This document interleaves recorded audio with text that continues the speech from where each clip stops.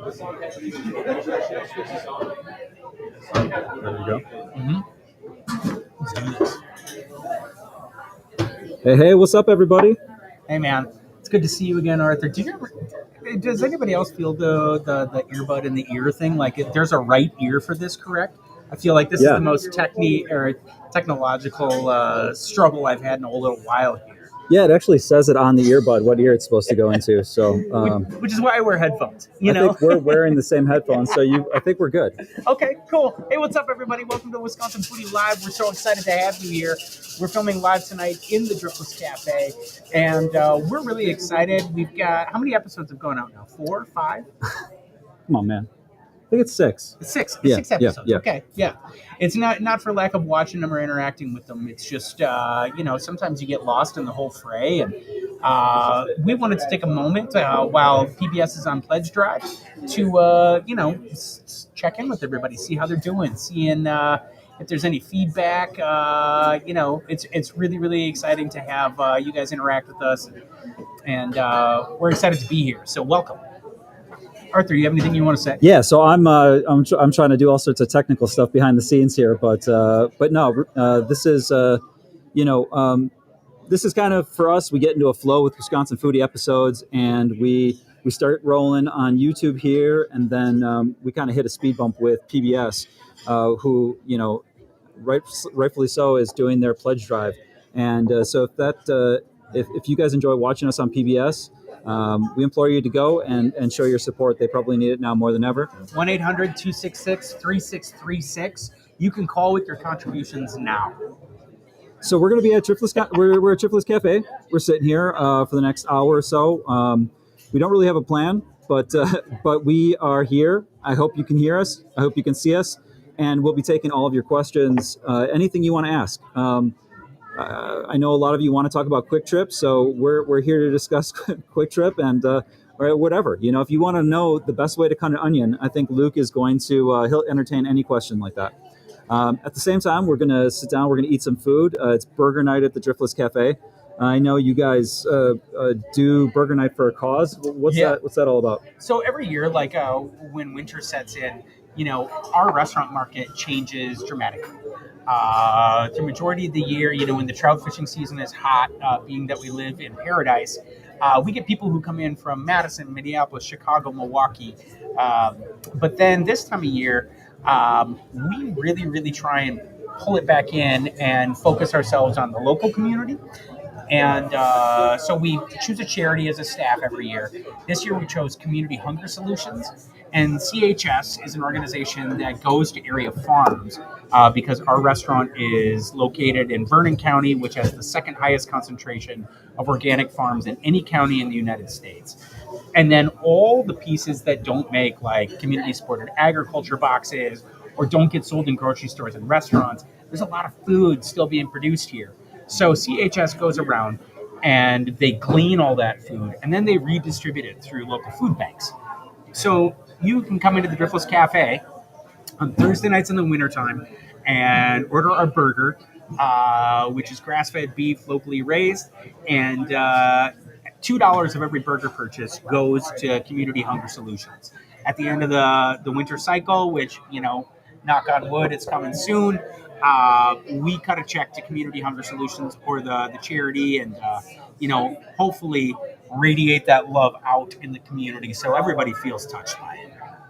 No, that's great. Thanks, man. I appreciate That's really cool. it. Look at the platform you've given me. It's amazing. So for tonight, what do you say? We order burgers? Yeah. We also had the idea that we want to be really interactive with this. And hello to everybody else here on the chat. Good to see you guys coming out here and talking. This is live, so we're here for you in real time. One idea we had was we could go over the Driftless Cafe menu. I know a lot of people have not been here yet, but we could go over the menu and order anything you want us to eat off the menu and eat it right in front of you on camera. Talk about interactive. Yeah, exactly. I just want to give a shout out to my Cool Quest people, my Canopia people that are blowing us up. Thank you so much. I am going to be really sad to miss you too, but I'm really, really excited that folks are coming together this weekend for Canopia. That's a huge paddle sport expo, the largest in the world actually, held in Madison, Wisconsin every year, and foodies come out for that. This is my first year in probably 5 or 6 years where I haven't been competing in the aluminum chef, which in my heart and mind, I always win, but the judges would beg to differ.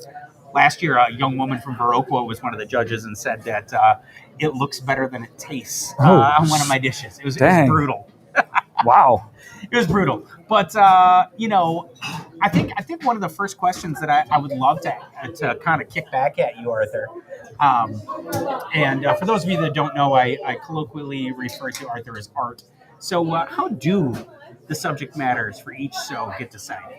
I mean, it's a really great question. And I think, first and foremost, we're just so lucky to be in Wisconsin where the stories are absolutely endless. We started Foodie 17 years ago, and it's incredible how the stories just keep coming, and not only coming, but growing, and sometimes growing from, things we've actually done on the show. I've talked to a lot of food producers that say they were really inspired by Wisconsin Foodie and seeing the ability to do some of this work as a full-time job. And my favorite stories are when people quit their 9-to-5 desk job to raise chickens or to make artisanal soda. Such a great, I just love the passion there, and I love that we're that kind of conduit, or that we're the influence to allow people to do that, and it's been great. But as far as the content for the show, over the years we've just have made a ton of connections, and I think when we approach a season of Wisconsin Foodie, we really have to think about a lot of different factors, and first and foremost is geography. We have to make sure that we're doing stories throughout the whole state. So if we're looking at the state, we're in Milwaukee, we're in Door County, we're in Viroqua, we're in Madison, and Luke lives here, and I live here. So, being from Milwaukee, we could make a whole show about things that are happening in Milwaukee. But, we really try to focus on broadening that and making sure that we're not focused too heavily in the city of Milwaukee, because we feel like it's important. And we hear from a lot of viewers that we're in the cities too much. So, there's a lot of fantastic stories in the city of Milwaukee, and that's a big reason why we stay in Milwaukee, because of all the great energy that's happening there. But us traveling, also, I think, we find that energy elsewhere, and there's still so many stories that we can uncover around the state. So geography is one, and then sort of, story structure. Like, what are the different stories are we telling? It wouldn't be a great show if it's only restaurants. So we like to diversify that a little bit. We want to make sure that we're telling not only that farm to plate story, but we're also telling the story about food producers all over the state, because Wisconsin literally is one of the biggest food producing states in the country. If not, it's got to be the biggest next to one of the biggest next to California. But we are number one in a lot of different categories, in cranberries and cheese and agriculture and dairy. So horseradish, cabbage, potatoes, number 3. But yeah, the list goes on and on and on. This is a culinary powerhouse. Yep. And not to take any of the, like, so upstairs in the cafe, we have an office. And in the office, I know that there's a list of like 25 potential show topics that we can get into and we can uncover. And every year, like you were saying, a lot of these stories kind of unfold and they present themselves. Arthur's filmmaking style, he's a documentary filmmaker, and approaching food this way, sometimes it puts us in unusual situations where we'll, be embedded. If we go to an area or a farm that we really know we want to profile, and then we just kind of see what the process looks like, where does that food go once it leaves the farm? How do we take people deeper into the experience and connect them with the foods around them, and bridge that gap between the farm and the plate? Well, yeah, and a lot of the times too, we have an idea of what we want to do. Everything in Wisconsin Foodie is very unscripted. Some would say very disorganized, but intentional Inefficiency. Intentional inefficiency. That's a Luke thing, but I've inherited that for Wisconsin Foodie because it is truly sort of a documentary style concept where, or like we like to say, verite, where we are implanting ourselves in a story and we're kind of figuring out that story when we're on set. A good example, a really good example, will be the first episode when we come back from break will be about black garlic. So we know up in this area, in Lafarge or Viroqua area, there's a black garlic producer, and we thought we were telling the story of black garlic, and what it turns into is a much bigger story, and that involves the Amish. And the Amish story is something we've always wanted to tell, and we finally were able to get a story that connects the garlic from this black garlic producer, Black Garlic North America, to the farmers, which are the Amish, and they agreed to be on camera, and that was a big win for Wisconsin Foodie, because the Amish have an incredible story, and their farming practices are just are really amazing. And it's a shame that we've never been able to get an Amish farmer on camera to tell their story, obviously for obvious reasons, but we were able to find one, and it's going to be a fantastic story when we come back. Yeah. So, to answer the question, to summarize, there isn't necessarily a hard and fast formula that we follow for how we develop shows and profile. What we want to do, obviously, is find artisans and food producers that are absolutely passionate about what they're doing and how that connects them to the larger world. The breadth of Wisconsin Foodie, over 16, 17 years, there's a lot that's been covered, but every single year there's another layer. And I've heard from people like, oh man, when do you guys run out of content? Wisconsin isn't that big of a food destination in some people's minds.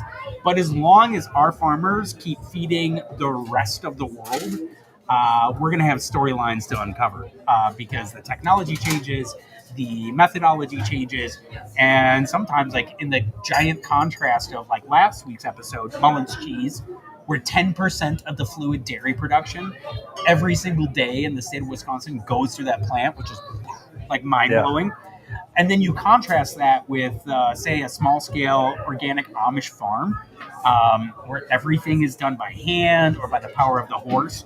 It's this amazing contrast. And I think that really spans the breadth of who we are as Midwesterners. You can't just slap one label on us. There are so many diverse aspects to our food and our food culture that are worth celebrating. So I hope that kind of narrows it in. Yeah, I didn't hear a word you said, but okay, cool, nice. We're fighting all the demons here tonight at the Driftless Cafe. Would love, though, we always look forward to our fans to, we look to their suggestions. We get so many fantastic suggestions from our viewers and our fans, and we always look to them for, future story ideas. So while we're here, this is a chat. There's chats going on Facebook and YouTube. Implore you to write your ideas, write your suggestions, because we'll go back and sift through those comments, and we can talk a little bit about some of those stories too. So if you've got a good story, leave it in the chat right now, and we will go from there. We'll talk about it. So Christine Martins, you haven't quit your job yet to raise chickens. That might be something you should reconsider. But no, really appreciate you following us where we go. We kind of do that. Definitely, we have that in mind when we travel the state. We want to make sure that we're doing things that you may have never done before, or something totally new and fresh. That's where we're trying to do the deep dives. I'd also say, Emily Hackman, what should we do when we come to Washburn County? What do you got up there for us? Well, there's a lot. There's a lot. I think that's one of my favorite parts of the job, honestly, is I get serious road time around the upper Midwest. And, for me, it's always driving into these small towns. Because I grew up in a basketball family, we would watch the state tournaments. And so, Randolph Rockets or whatever it is. When I drive through these places, I feel like I'm already semi-familiar with them just based on what I know about their schools and their school districts.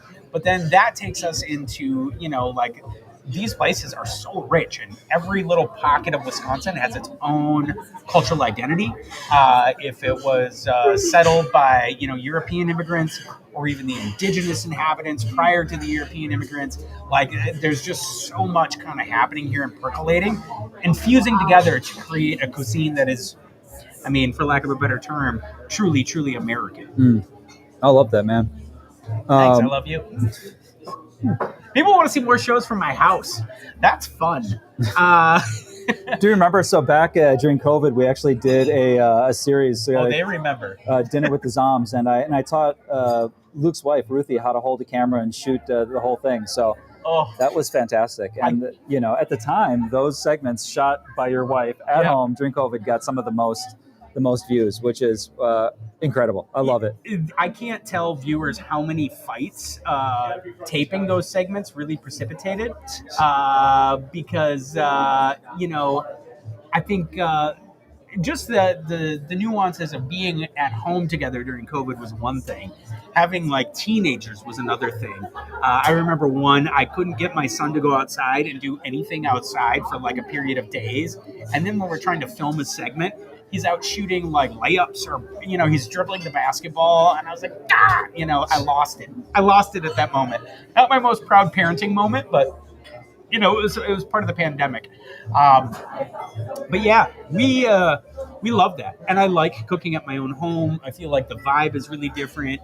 It doesn't lend itself to any pretension, because usually my family is like most of us who cook. They are the most brutal critics. So, my young son Silas, he still levels me about every other day with dinner and dinner options. But it's great, and we'd love to make more episodes like that. Luke, so it's 6:45. We've got our first special guest coming up here. Okay. He and I see some questions on here. I look forward to getting to, but we have a special guest here for the next 15 minutes. Come give me a squeeze. And his name is Chef Adam Pawlak. You may remember him from not only our State Fair episode, but our most recent potato episode. Adam is a dear friend of ours, and just really a powerhouse in the Milwaukee area.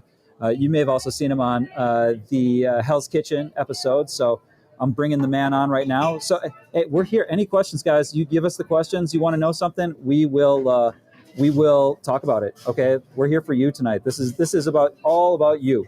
All right. So without further ado, let me invite Chef Adam Pawlak onto the screen. What's up, Adam? How you doing, brother?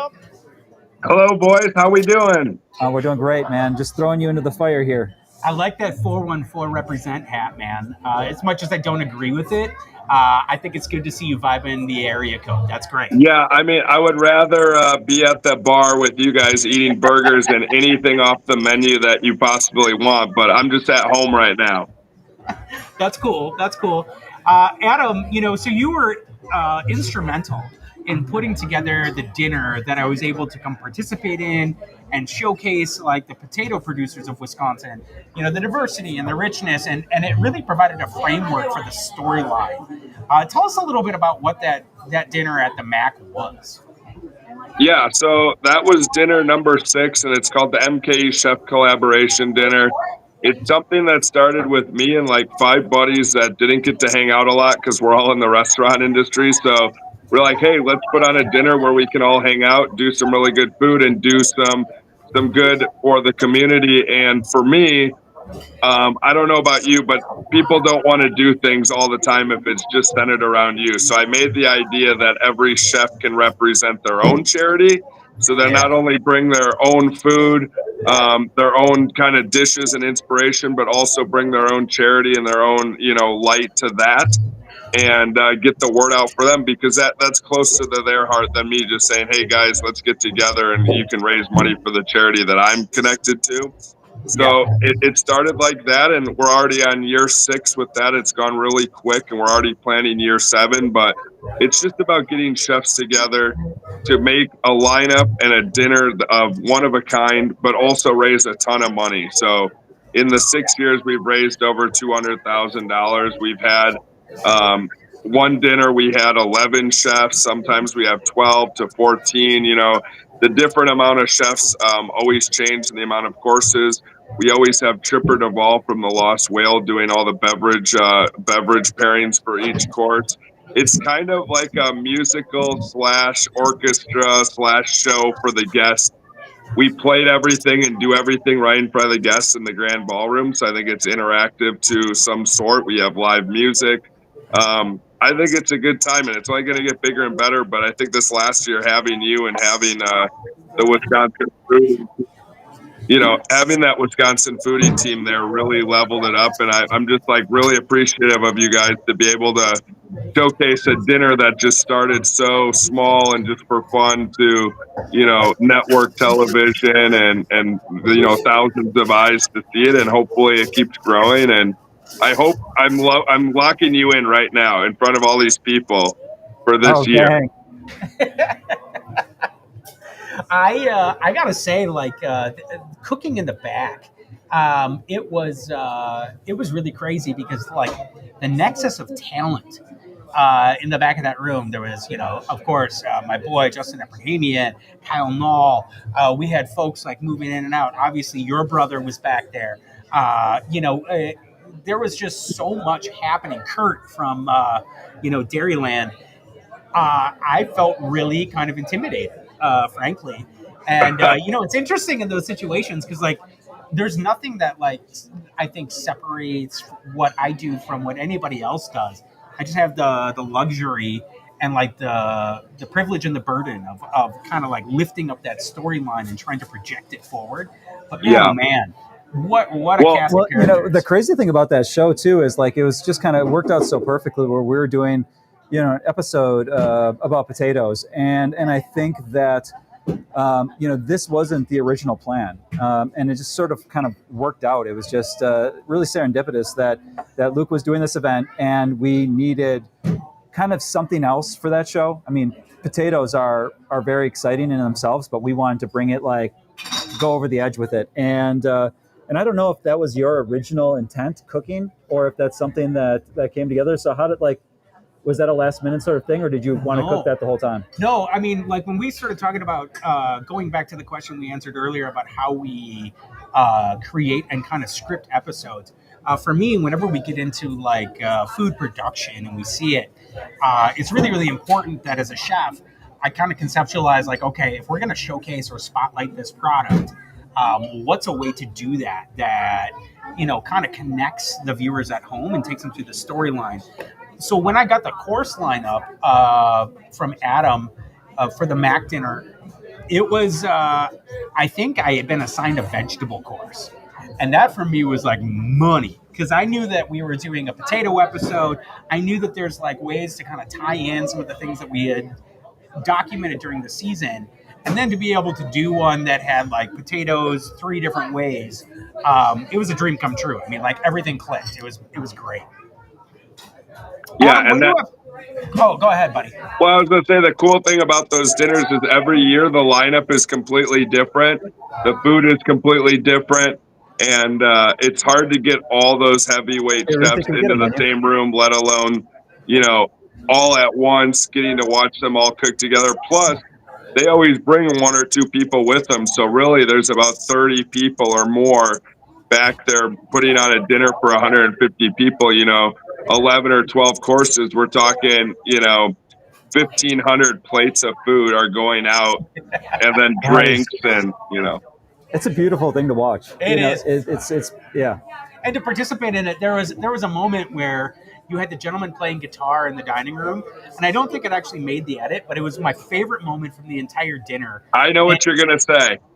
So here's the thing: like usually when I cook in a restaurant or in a kitchen, and you feel that pressure, one of the techniques that I've developed over time that I use to kind of diffuse it in myself is I sing. Right, which makes it really annoying for people around me, but like it's a way for me to like kind of move some of that energy.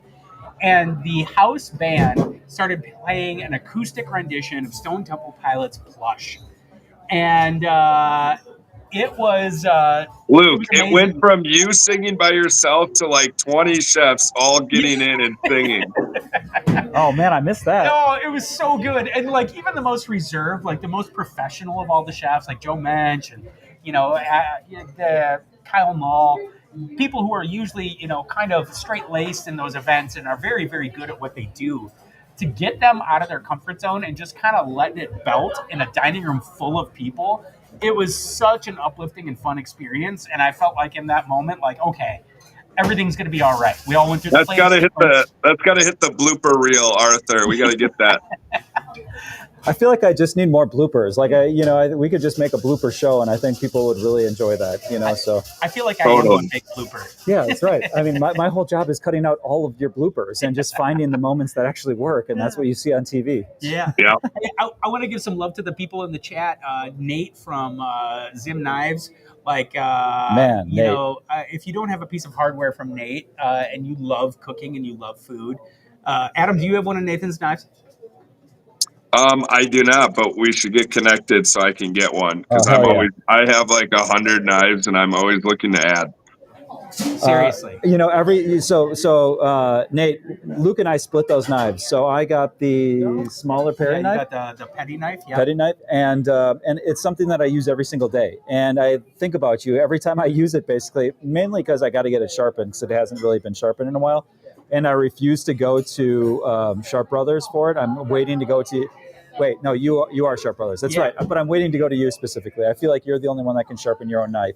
Out in Tosa, baby. But I love it, man. It's that knife's with me every single day, and I feel like I've never had this relationship with a knife. And once you see your knife being made, and the amount of love and care that goes into it, that's awesome. It's something that I take with me every morning, every night. Yep.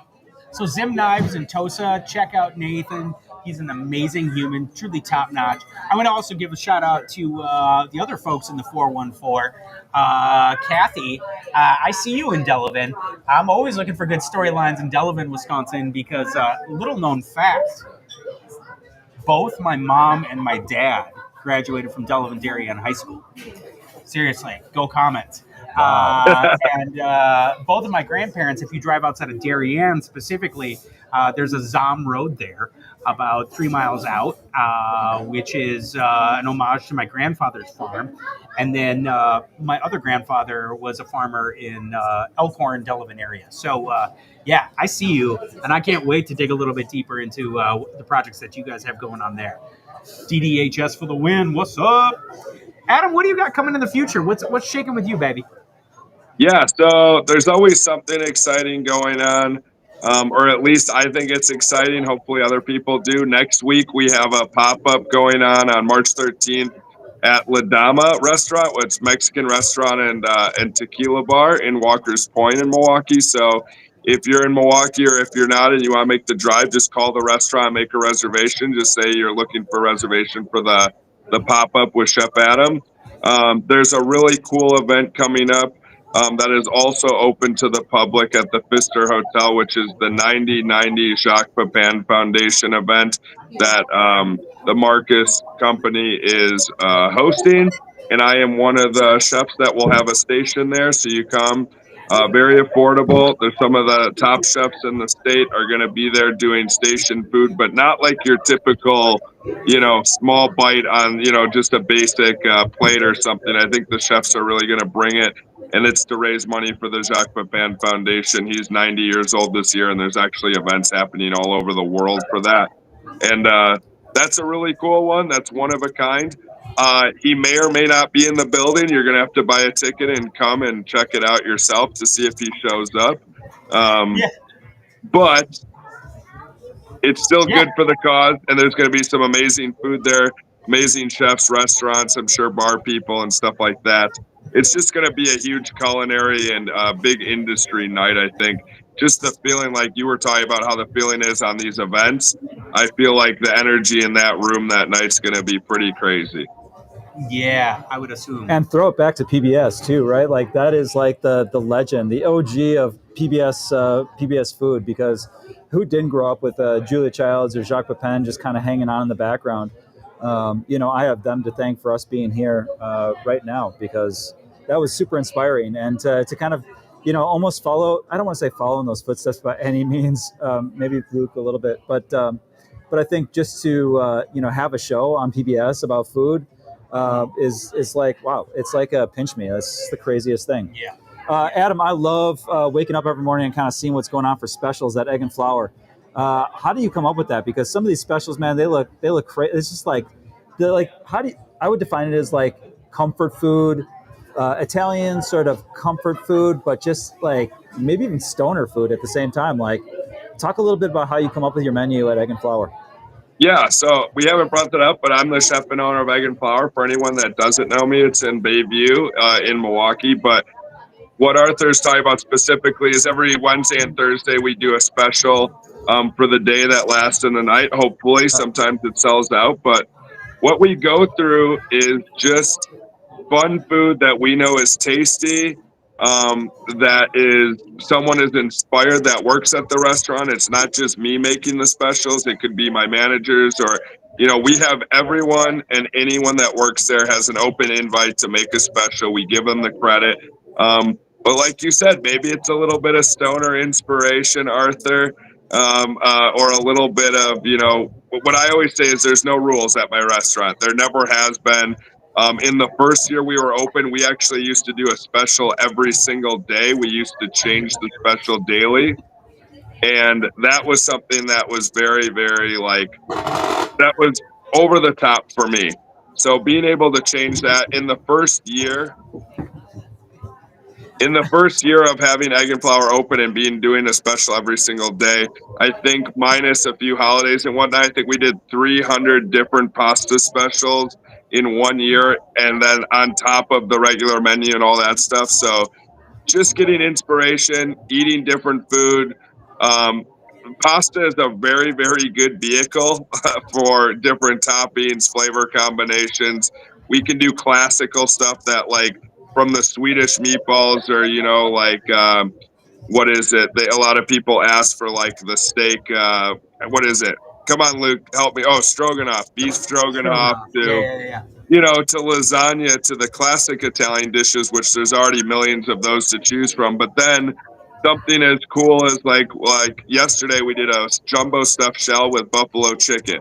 So definitely my Sicilian grandma's rolling in her grave and saying like, hey, you can't do that. But when you have a special like that and people start rolling in and asking for it, and then like days later they're asking for it, that you got something there and that you're trying to do something different. The no rules thing is fun for us. It's fun for me. It's not a fine dining place. It's fast casual. We don't take reservations. You just walk in, order at the register, and get a buzzer, and it takes 10 minutes to get your food, and it's just something fun. But those specials just come from inspiration or things that I've seen or ate that like I said, it doesn't matter. We're down for whatever.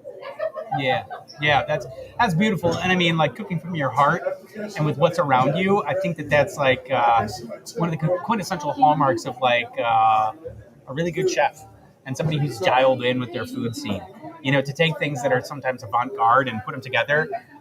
Maybe it would offend some purists, but there's a lot of people that you're crossing bridges and providing access to the food that's important to. I mean, we're feeding people from 1 year old to 100 years old. We're not just fine dining. We're not just this or that. I always tell people a good restaurant or a good chef that you can tell the difference between maybe unexperienced or not like so educated is A good chef and restaurant will tell people what to eat and put on the menu what they want their guests to eat. A bad chef and a bad restaurant is just cooking food only that the customer is saying, hey, this is what I know. This is like what I'm used to. It's like you want to be able to show people new things, and not only just for the pure way to say that it's new, but for them to experience something and be like, wow, I love that. Like, I love cooking something for someone that they've never had before, and they end up loving it. Yeah. I mean, that's the joy of cooking, and oftentimes, like, I saw an interview a couple weeks ago with like Matty Matheson, where he was in his test kitchen and he was about to prepare a dish that he had never actually made before. He had a concept in his brain what he wanted it to taste like, and what he wanted it to look like, and he knew the ingredients to start with. But like in that process is where the real cooking happens, and that's its own magic, you know. And I think that's what you guys do and bang out at Egg and Flour every single day is the magic of cooking. So Adam, how can people get a hold of you? You got a website? Do you have social media? What's the best way for people to track you down to get tickets to these events or get a hold of you or come to your restaurant? Yeah, so I have a few different outlets. Obviously, my Facebook, I have a Chef Adam Pawlak one. I just have an Adam Pawlak one as well. Depends on kind of what you want to follow. My Instagram is Adam_PAWLAK23. That is probably my number one resource for getting information out. I will tell you right now, this is a Wisconsin foodie. You guys are VIP first. There is something excited coming. I would say in about a month. I'm giving you some VIP information, but something big is coming. So look out on Instagram or my Facebook. Ooh. But you guys are hearing it here first on the live Wisconsin foodie thread here. But Instagram is really good. But then also, if you want information on my private cooking, which I also do as well, and cooking in people's homes and events, is www.chefadampawlak.com. I got the domain. It's super easy. And there's a lot of cool information, pictures, stuff like that. And the last thing I will say about that is I'm starting my own charity this year. It's already about to be announced in a couple weeks. So we'll have information on that as well, too. But we're waiting to do that announcement as well for that. Man, you are a busy dude. You're doing everything at all times. I love seeing that hustle. You got to kind of hustle to be to be out there like that in today's sort of like environment. You got to be relevant, right? You guys know. Yeah. Yep. Hey, look at this. That's why we're here. Yeah, exactly. I crossed that relevancy thing a long time ago. It's amazing looking at this headphone in Luke's ear because it really, his ears aren't like, there's something wrong with his ears. My ears aren't designed for these things. He needs like a petite version of this. Adam, thanks so much for spending some time with us. I really appreciate you. Oh, and your little dog. What's the dog's name? This is Alfredo. He couldn't help but come on the screen. Sorry. Oh, that's great. Well, Fredo, thanks for sharing your dad's time with us, and we really appreciate you. Keep killing it, Adam. Thanks, guys. I appreciate you having me. Thanks for everyone watching the Wisconsin Foodie episode. And if you didn't watch the Potato Farm one with the dinner, and watch the State Fair one from last year, because that's a banger as well. Yeah, that's right, baby. Awesome. Love it. Thank you, buddy. Thanks, Adam. See you. Ooh, there's a good question in the chat from Russell. And Russell asked, I know you don't drink. Is it a challenge being in the food industry because we're in Wisconsin? And the most direct answer to that is yes. Initially, it was really, really hard. Not only like Wisconsin do we have culture built around alcohol consumption, which is fine, to each their own, for sure. But it was really, really hard for me when people would offer me a beverage. And because, my background in food and hospitality, I view that as a gift. And usually it's a translation of love, quite frankly, like, hey, have a beer or try this or do this. And it was really, really hard. I can remember one taping specifically where I was pretty new to sobriety, and maybe you'll remember it.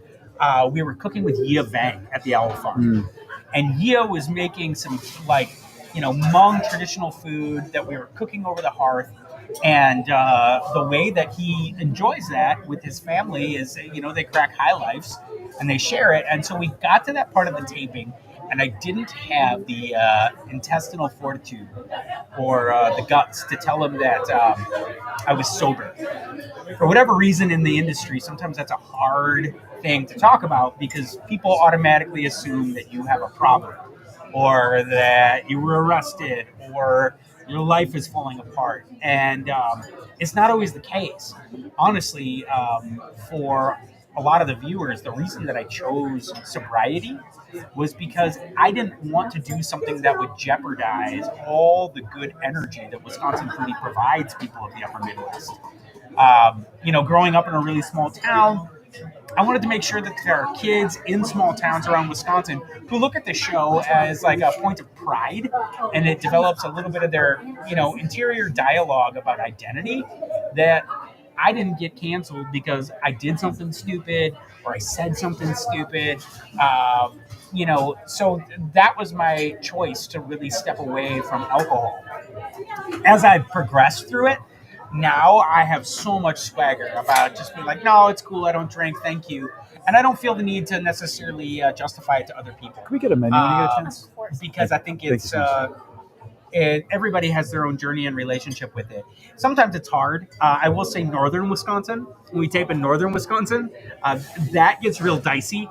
We've got an episode coming up here in a little bit where it was really, really fun and interactive in a small community up there. But like every single turn, people wanted to feed me shots. And, having to just say, no, I'm cool.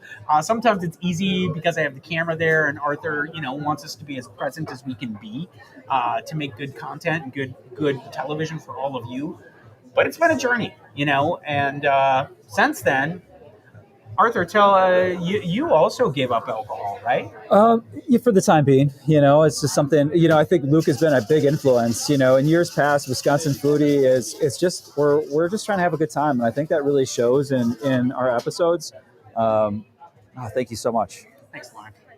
Do you guys want to get additional beverages? Yeah, water No. without ice would be great. Water without ice, absolutely. I'm good. Thank you.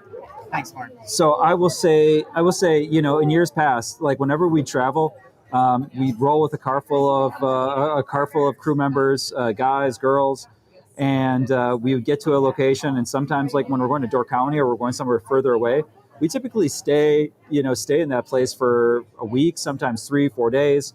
And when we were younger, we'd continue that part. Like the party would just be nonstop, and just us having fun, making connections and meeting people and enjoying ourselves, drinking and eating. And, we would have a very good time and leave our mark on whatever community we were in, mostly positive. And there's that one time where I had a cameraman at 3 a.m. want to go swimming. And, I just, there's sometimes you just can't let things happen. Or shirtless and husbies bowling at also not me. Yeah. Anyways, but now Luke has been sort of this influence on us all, and there's nothing against people that drink. I think that's the other thing, the other flip side of this. When you don't drink and you're around people that are drinking, they automatically feel really self-conscious about drinking. So we love we love beer. Try to keep that in your other ear. I'm trying. I'm just trying to figure it out because it keeps falling in and out. I wonder if we should get some tape, duct tape it. You want to tape it to my head during the live stream? Anyways, I think that, and there's nothing against, we, are such good friends at New Glarus Brewing and brewers all over, brewers and distillers. Like we just did an episode with Mullins Cheese and the Knowlton House Distillery. The most amazing story. That's the most amazing Wisconsin story. I still have shivers thinking about it a little bit, about, a company that is taking so much dairy through their plant, but has found a way of using a byproduct of that dairy to then make another, quintessential Wisconsin product and distill spirits from a byproduct of dairy. Beautiful Wisconsin story. And the love story there between Heather and Luke was just fantastic. And it's hard for us when because we eat and we drink and we talk about that so much on the show, or at least Luke does, and to not to do that. At times we've brought in crew members to do the taste testing on the show, which is also really fun. Yeah. It doesn't always need to be Luke. So I think, there's nothing that we, have against drinking alcohol. But I think, quite the opposite. It's fun to be out and around, but it's also to, to take a moment and step away from that for a little while is also really kind of refreshing too. And it makes you really realize that the drinking culture here in Wisconsin is super prevalent, right? And it's hard to escape on a social level when everybody's going out, but you get used to it. Sorry, we're at a really busy restaurant right now, and there's like things happening behind us, people eating and hugging and and watching this. So excuse us, but let's go through these comments a little bit. Let's see here. Earlier someone had asked favorite episode, and so here's the first rule. Working with Arthur, we can't ever ask favorites of anything, because favorites is a little too broad, right? We got to narrow down that focus some. But I can say that the most impactful episode that I ever had the privilege of taping was at the Sikh temple in Oak Creek. For those of you who aren't familiar with the episode, it was a couple summers ago, and I would strongly urge you to look it up. The Sikh Temple of Wisconsin was home to one of the worst mass shootings in the state, if not the worst mass shooting in the state. And going in there to film, it was tricky. Usually, I know that my job is to bring energy and curiosity to a lot of the segments, and just let my natural cooking instincts guide me. And I really presumed that there was going to be a lot of unresolved latent trauma. So it was hard to know how to act correctly in that situation. Plus, I'm from rural Wisconsin. It was a culture that I had never had the opportunity to interact with. Walking into the Gurdwara and seeing the temple door and noticing around it the bullet hole that they petitioned the FBI to keep as a reminder, and the little placard below it. It's just this tiny little brass placard. Do you remember what it says? It's 3 words. We are one. And one of the principal tenets of Sikhism is that we all are one. There is room for every single perspective under the sun. And it's a culture that uses food to connect people and ground them in their own humanness. And that for me was really, really powerful. Food is a really important medium. If we're lucky, everybody eats every single day. And, if we're not lucky and that's not our place to hold at that moment, most of us are looking for that next time where we can connect our bodies, nourish ourselves through food. So it really provides an interesting perspective, and it kind of blew my mind. Now, Lauren, the server at the Driftless Cafe, is here, and she really, really wants to know what Arthur is thinking about for dinner. Lauren, say hello. Lauren, Hi. The internet. Awesome. Hello, everybody. It's a pleasure to have you guys here. Oh, thank you so much, Lauren. Arthur, do you know what you're going to eat? I haven't even looked at the menu. You've been. I know what I'm having. What do you got? I'm going to do a burger. I mean, we're here for a cause. I love food that connects people. So grass-fed burger, which is all the beef here at the Driftless Cafe. If it's not grass-fed, it's from Organic Valley, one of our proud partners and underwriters for the show, dear friends of mine. So I'm going to do burger, and Arthur is going to do... I'm going to do the burger as well. Okay. But I'm also going to ask that we order all the first bites. Perfect. Oh yeah, the small bites? First bites? Yeah. Is it the... Kebab. The kebab? How big is that? Are we talking a big... They're pretty small. I mean, It's pretty small, so I wonder if we could do a piece for you guys. Maybe this is the egg crostini I would recommend, because it's just a very small bite. Yeah. Completely up to you two what you prefer. let's do one of the lamb kebab, Okay. one of the sea scallop, Perfect. and then 2 of the croquette. That'd be amazing. Thank you so much, Lauren. Absolutely. I'm going to go ahead and have a starting bites, and then we'll do the burgers to finish us. Okay, sounds great. Perfect. Thank you, guys. Awesome. Thank Thanks. You. Kathy, you can feel free to reach out via the Wisconsin Foodie webpage, or hit us up on any of the socials. We can square away and get some time to walk through and see what's living in Delavan. I'm really excited about that. How about any of the rest of you guys? Do you have any questions? Yeah, let's hear some suggestions, guys. We're here for you. We'd love to know, because this is the time. We're starting to plan right now for next season. We have some different things in mind, and this is always a time for us, to sort of like, develop new ideas and try different things. And this season, like, we've really seen a growth in our YouTube channel. So Shout out to you folks watching us on YouTube. It's been amazing. That quick trip episode had something like 70,000 views within a week or so. So that is fantastic. We're finding more and more people are watching YouTube at home. So we want to make sure that we are continuing to make content for that audience because we predominantly for the last 17 years have made content, 13 episodes a year, a season, and that's it. But there's so many more opportunities to produce more content on a weekly level. So we're kind of looking at to see what that looks like. And can Luke and I just travel, eat food, and talk? And thank you. Thank you. So those are some of the things we're talking about. Luke makes a great point. When we talk about favorites, it's so hard to pick a favorite, and it's something I implore Luke never to ask in an interview is like, what's your favorite? It's such a hard question, and I don't know if it's me specifically, but like, it's that question kills me. Like, what's your favorite restaurant? It's just like one of the most impossible things to kind of discuss, and so I typically there's good stories, and it's like. Can you put that in your ear? Does it mess with you if I take it out? Yeah. Oh, I'm sorry. That's all right. Sorry, guys. I mean, we've made it this far. It looks great. It, for the most part, sounds great. If you could have seen us an hour ago, it was a different story trying to negotiate this table at Luke's own restaurant. But we're here. We haven't. Yes, real chili is. Hey, man, that is. It's on the list, and I think that definitely. It's on the short list. Have you ever heard of Real Chili? Oh, yeah. It's right by the Mason Street Grill, kind of in that neighborhood. Yep. I have been to Real Chili. I have eaten there. I have enjoyed it. We just haven't got around to making an episode about it yet. Yep. Yeah. And, it's because it comes down to the Milwaukee thing. Like, there's, like I said, there's so many great stories in Milwaukee, but we really have to sort of pick and choose what we do every year. And we got to keep it, we got to narrow that down to a couple episodes. So Real Chili is a great example of us just going there and producing a segment for YouTube.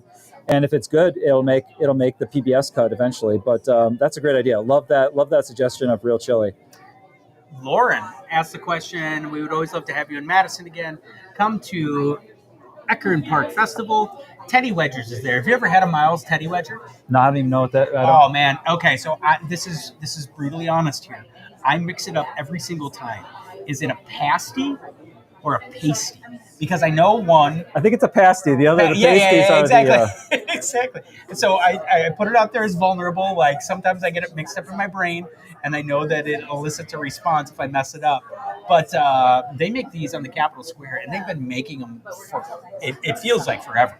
When I was at college at UW. Teddy Wedgers? That's a Teddy Wedger? Yeah, so it's a pasty. Yeah. I remember getting them in college, and you get some with the Italian sausage and all the fixings of a stromboli or pizza. But they also have the really, really delicious and authentic Cornish and Flemish versions with potatoes and beef and carrots, all sorts of goodness in there. So Miles Teddy Wedger, what an institution. Yeah, let's find out. And then let's see. Have we visited German Christmas markets around Wisconsin for the show? There are lots of them. Do you know what my favorite part? I'll tell you, I hate to say the favorites, but I'm going to do it right now. I'm going to go against my own rules right now. Remember this moment. One of my favorite things about the Christmas markets is they got to have a raclette stand, right? The raclette stand is by far the best thing at a Christmas market, food-wise. When you've got the crusty baguette with the ham, the pickle, and somebody just scraping that hot raclette all over the sandwich.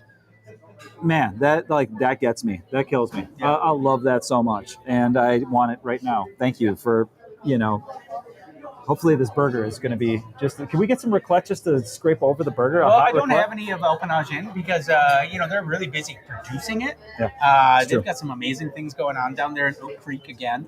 But Orphe and Paula make truly one of the best raclette cheeses I've ever had. And I've gone so far, I have a friend who has a cheese shop out in Reno. It travels the universe. Telling her about this Alpenage raclette and how she had to bring it in. And she's kind of snooty about the cheeses most of the time, but man, oh man, that raclette holds its weight. It's a banger. So I'm with you. I want that wintertime toasted raclette on the baguette. But I've been to the winter market or the Christmas market in Sparta, Wisconsin, which is kind of close to me. And for those of you that don't know, there's a banging little ramen shop right down the street. Oh, yeah. From the German market in Sparta. And I got to say, like, having a lot of ethnic diversity due to Fort McCoy and Camp Douglas, the military bases in our region, there is, Japanese-born women who are sisters who have traveled around the world with the military, and they're making great ramen in Sparta. So, there's stories. What is like it called? Matsumoto Ramen. Matsumoto. There you go. Ramen. Write it down. Matsumoto Ramen. And if you're coming through Wisconsin, you're on the I-90 corridor, like, hit it up. It's legit. It's worth a stop for sure. Yeah, that's awesome. And there's also, the other cool thing about that, if you go there, there's also a Asian grocery store that just opened up, and they've got all the fun Asian snacks, and anime is on, and who would have known? Sparta, right? Yeah, Sparta. It's just like, seriously, man, it's so cool. And every time you drive into Sparta, you can do the the thing that you do when you drive into Sparta and say, "This is Sparta." JBB, I don't like, I may be new to this, but it looks like it looks like we got $10 here, and so if this is like a real thing for $10, thanks, JBB. Thank you. This goes to the food we're eating. You too could make us eat more food. Just send us money, and we will order more food here and eat it in your honor. Yeah. So Doughboy God here. I have to say that this guy is the most active person on YouTube, on our YouTube channel. Really? Every episode that's posted, he's on there posting little images, and thanks, Doughboy God. heck yeah, love it, man. Much love. I'm your number one fan, brother. Thank you. Thanks for interacting. So Christmas markets, mulled wine, raclette sandwiches, all in. But at this point though, it's hard to think about Christmas, right? We're starting to think about spring, and all the great things that are about to happen. Whether it be farmers markets, everything's about to start popping here in spring, and that is so exciting. What's the first ingredient that comes to your brain? Like spring in Wisconsin. What triggers it for you? It's probably asparagus. Okay. Yep. Ramps. It's that combination of asparagus, ramps, and morels. Morels. Yeah. You Right? can't go wrong. Remember that episode I did before? I know that was the quintessential. We went out fishing for a trout. We caught a trout, and then we made morel, asparagus, ramp, something. Oh my We gosh. just put it together. Simplicity. To speak to the content of the show and like how it came together, I think you had reached out like maybe 24 hours prior. Like, That's hey, how we do it. Yeah, that was a lot of notice, actually. Can you show up in Muscadet? And, sure. And it just so happened that I had all those ingredients kind of kicking around at the cafe and show up. And, everybody was out filming a scene when I got to the kitchen. So I, wrote out the recipe on the chalkboard behind me. And you guys walked in, and I was like, all right, this is what it's going to be. And you don't have a choice now because I wrote it on the wall. But it was great. It was a banger. I had so much fun and kind of set the tone for what we do now. So what are some of your episodes? What have you guys enjoyed so far this season or in seasons past? Where do you want us to go? This is your opportunity to kind of throw that out there, and we will react right away. I love when people throw out ideas that we've already done, right? Yeah. We've been doing this for so long. We've just got so many things, and and I'm starting to think it's probably not a bad idea to revisit some of these places. Interact again. I'd really like to revisit the pizza farm that we did in Athens, Wisconsin. Stony Acres. Stony Acres, thank you. Yeah. Stony Acres. That was that was an epic shoot. Not only an epic shoot, but what happened with that episode after it aired was unreal. I mean, I think at first we were going to do a place called A to Z Produce, and that was one of the OG sort of pizza farms here in Wisconsin. And the owner didn't want us there, and because of the attention that she did not want, so she recommended Stony Acres, and that place absolutely exploded after that. And look at that, Sarah! My God, what's up, boo? Sarah, Hey. we miss you. We miss the island, Washington Island. That will go down as one of my favorite experiences too. What a fantastic week! Seriously, I still have recipes that I kick around All right. look from at- Washington Island. I All think right, it was hold the on. Washington Island pound cake Yeah, right here. that someone gave me access to when I was there. It's probably chef, frankly.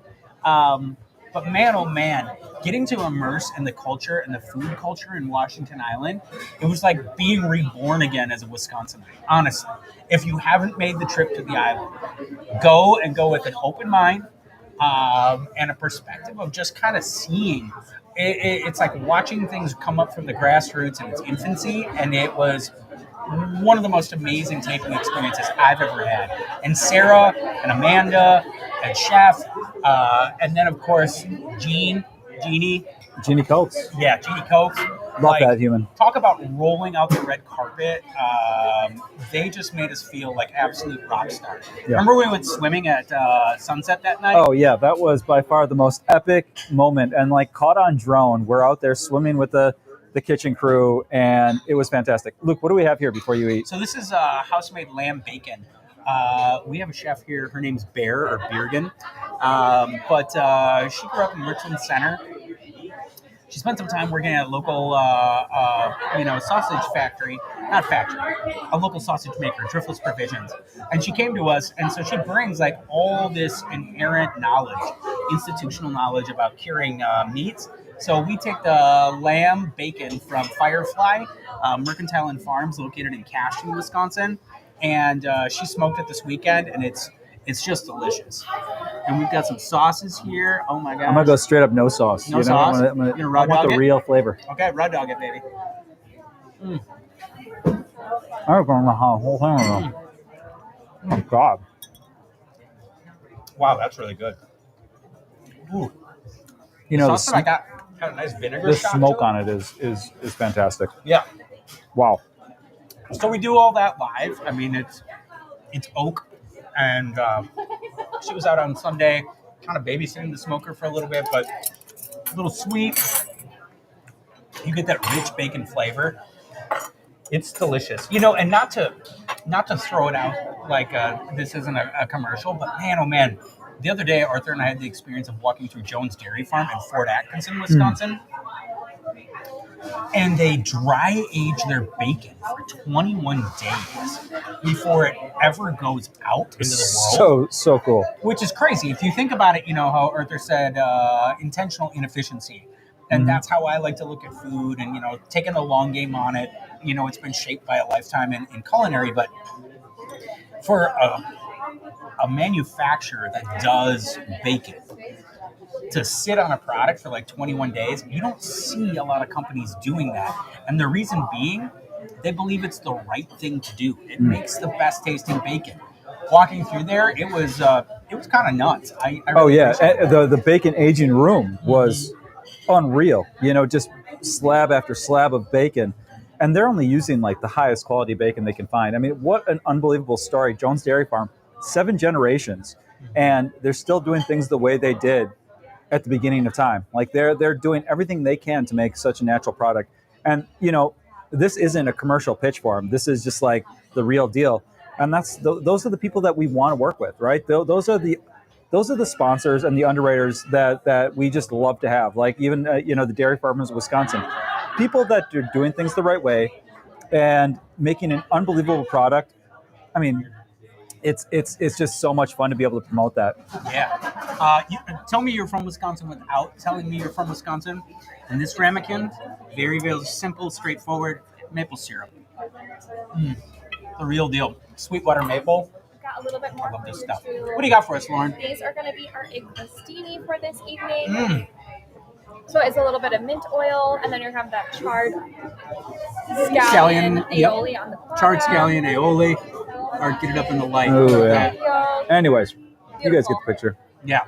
Oh, that's beautiful. Thanks, Lauren. You're welcome. Let's go here. Let's check out Alto Sham. Alto Sham, high on my list. I mean, that's somebody that when we talk about people that great story, would love to come, but also seems like a perfect partnership.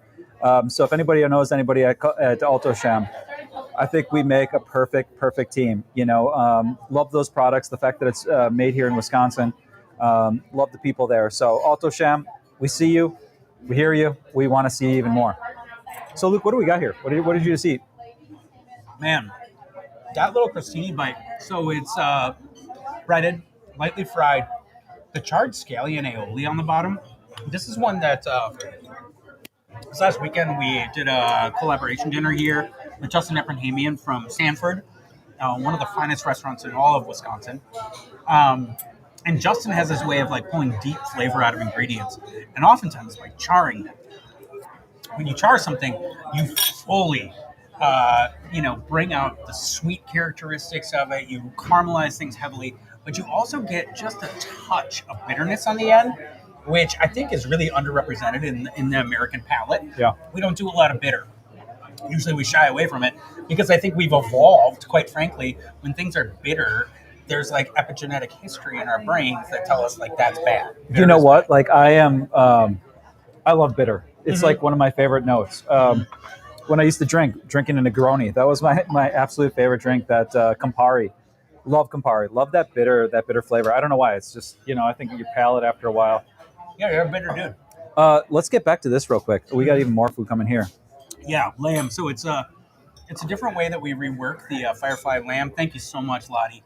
This will be scallops over the wonderful arancini croquettes. Ooh, we got some scallops up in here. Beautiful. Are these the same, or is this That's actually a cut. This is a little bit more of a form. So this is ground lamb that we take and season and spice up really well, almost like in the style of kufta. And this is a marinated cut of a leg of lamb. So, get that in some really, really deep, rich brine, and then give it a quick char to bring out that sugar and like all the deep flavors. But I'd like you to try them. do you want to split this one up? Yeah. Hey, chat. How many people have been to the Driftless Cafe? What are some of your the dishes that you enjoy eating when you come here? I've heard the owner's a jerk, by the way. No. Yeah. That's super fun. Okay, Arthur, I want to ask you a question. So, I owed it myself. We've gone through 6 of 13 episodes thus far. What do viewers have to look forward to this season? What's coming down the pipe? No, I know what it was like eating and talking. Yeah, welcome to my personal nightmare. Yeah, it's been it's kind of been a roller coaster season so far. Sometimes the way it unfolds with editing, we decided to edit a certain type of episode first. Once we get to the back half of this season, really restaurant sort of heavy. We're dealing with just unbelievable pizza makers in Milwaukee, Flower Girl and Flame. I don't know if anybody's heard of Flower Girl and Flame. They are rocking some just amazing wood fire pizza. Just doing a great job. Both Detroit and sort of more traditional. They don't call it Neapolitan style, but they don't want to call it Neapolitan style, but it's similar to Neapolitan. Yeah. Fantastic story.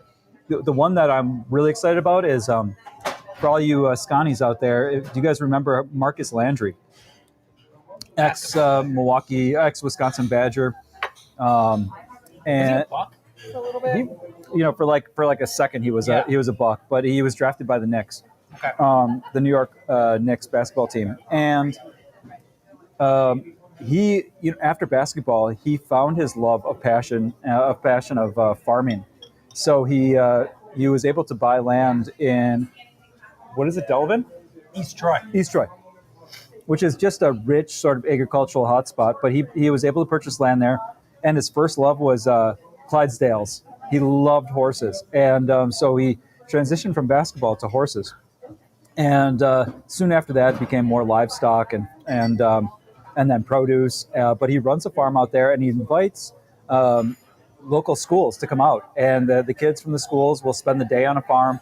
They will help him with all the chores, and it's really incredible because you'll see probably like a 6th, 7th grade kid just driving a tractor, which is wild. Hopefully there's no issues with OSHA or any of that going on, but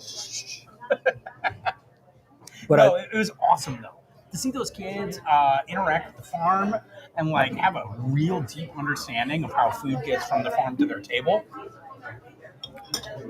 Truly incredible. This bite is delicious. So what do we have here? Look, what is this? This is a banger. Brown butter and apple on the base. Mm-hmm. That's a seared sea scallop. We have smoked trout roe on top of that, and then a wild rice croquette. Ooh. Wild rice is one of those ingredients in Wisconsin that I know people take for granted. Different indigenous cultural traditions. date back over 20,000 years in the state of Wisconsin. I'm sure that there are traditions that go back even farther, and I'm just touching the tip of the iceberg.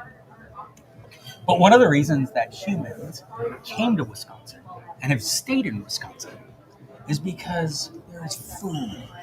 And this wild rice, in the Ojibwe tradition, the north wind blew them to where food grew on the water. And there are, the Menominee Nation, Menumin, which is Ojibwe for wild rice, their whole foundational core is around this beautiful wild rice. Wow.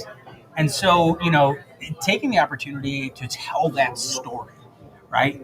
To capture just how important some of these ingredients truly are. We've got locally foraged watercress. What's the sweet? That's apple. So apple brown butter. Wow.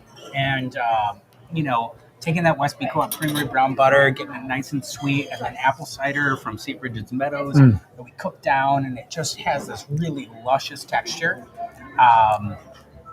These are the foods that I really look at and say, like, well, this is Wisconsin food. Outside of the scallop, that's a little bit of a reach, but we're gussying it up a little bit too. It gives us some inventive playfulness.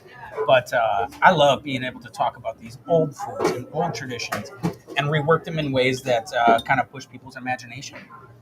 It's fun. Man, that is a great combination. Yeah. I don't know if you're out there, if anybody's the real hardcore foodie fans will know this episode. It only aired once on television, but I think it still lives somewhere on our YouTube channel. But when we went out to do the salmon or the sturgeon roe episode. Oh, what a debacle! Wow. So we were entrenched on the ice in Fond du Lac. Yeah, so we're on Lake Winnebago. Lake Winnebago, and I had two camera guys out there, and they spent at least 3 or 4 days on the ice with different fishermen trying to spear a sturgeon.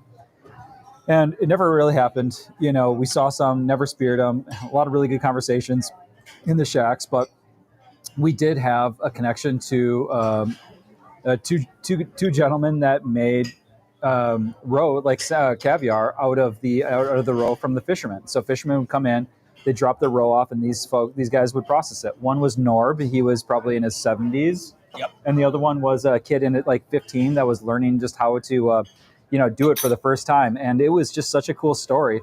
But we got in serious trouble for that episode. They used our episode as state's evidence. It came out on a Thursday. By Friday, it had been pulled from the PBS repertoire. And it was just this huge debacle. Apparently, what we were doing violated the Dawes Act. And it wasn't that we were doing it. It turns out it was maybe some higher level corruption things, but we unwittingly and unknowingly captured it all on film. So for those of you who love Lake Winnebago sturgeon, which, is delicious, but have had the opportunity to sample the caviar, which is truly exceptional caviar, the ability to make that and put it together, it was so eye-opening for me, and in a way that was so endearing. We were in that shed, and it was like bush lights and Carhartts all the way around us. And here we are making this. Yeah, it was bananas. But here we are, like, refining this world-class caviar from products here. It was the most juxtaposed, high-class food with just like common salt of the earth people, and that's what I love about Midwestern cuisine. And I think what they got in trouble for is Wentz on the Lake after the season. So the original episode was about Wentz, and after, so what would happen after the season is they'd have a big party for all the fishermen, and they'd just have tins of caviar everywhere in the restaurant. So when you were in there, you just had Ritz crackers and caviar, and you would just sit there and eat this caviar, and it was so delicious. I mean, we both. So like, technically you can't sell it, right? And that's the biggest issue. If you're a fisherman, you can actually have somebody process the caviar, and you can take it all and potentially just give a little bit to, the people processing it. That is the, yeah. Yeah. Seriously. True. But yeah, so so I think when the restaurant served it, as like a celebratory thing, that's when they got in a lot of trouble. And, I a lot of these subjects, Sean Went was the gentleman's name. Salt of the earth. Love Sean Went so much. He's a great guy. And, I feel bad that this all went down like that, but he's sent me texts since, and he seems to be in a good spot now. So, it's tough out there sometimes. Oh, false. It wasn't the Dawes Act. My bad. I misspoke. That has to do with Native American tribal land holdings, which is one of the books that I'm reading right now.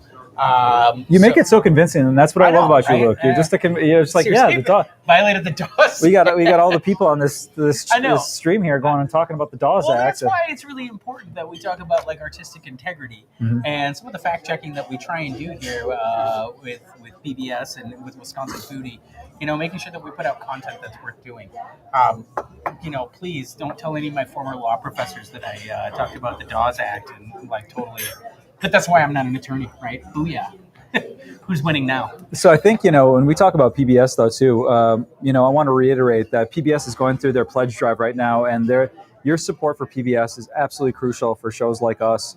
We are a little different than a lot of other shows that you see on PBS. We are, well, I'll tell you, so Wisconsin Foodie is independently produced, and we license the show to Wisconsin PBS.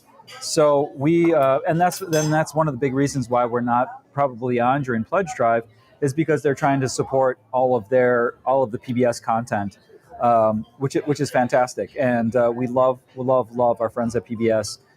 They've done so much for us, and hopefully we've done something for them as well.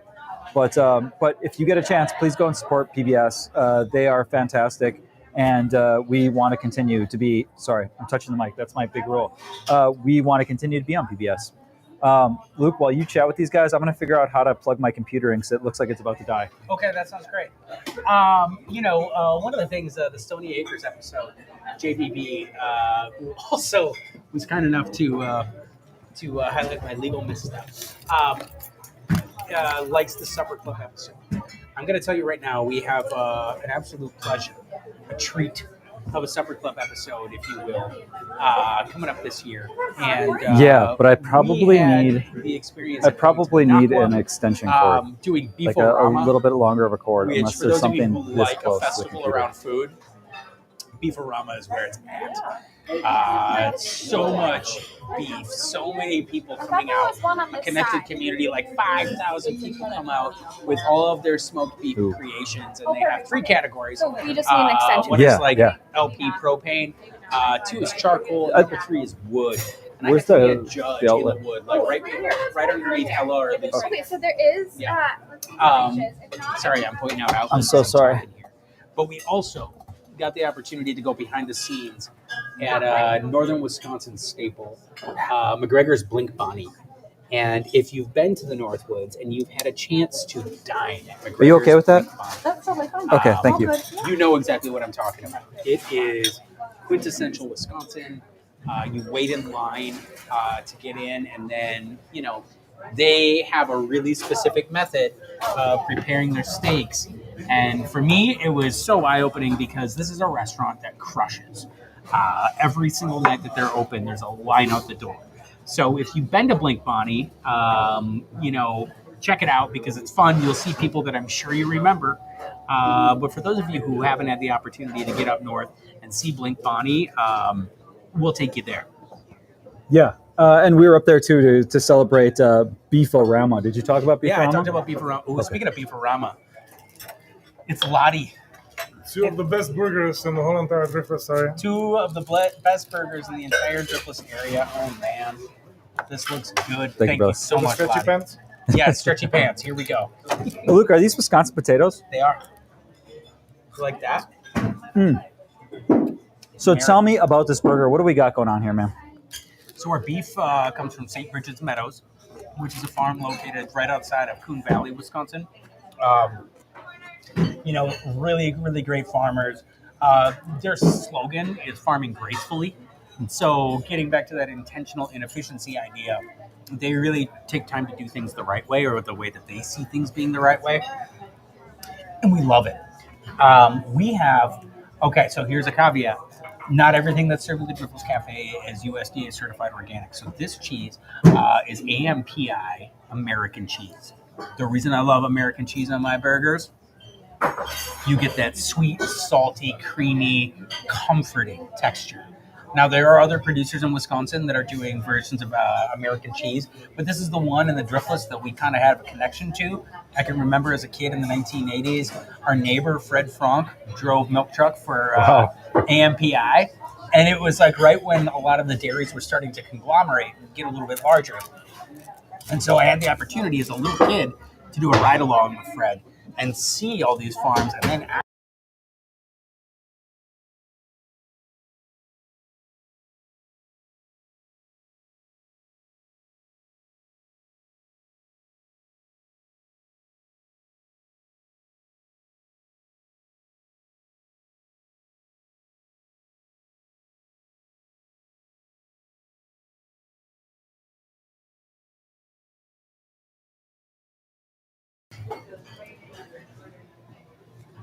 this is why we almost do public access TV. Just like that, we're back.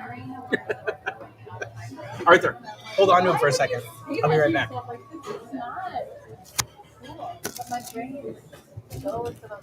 All right, American cheese on burgers. What do you guys think?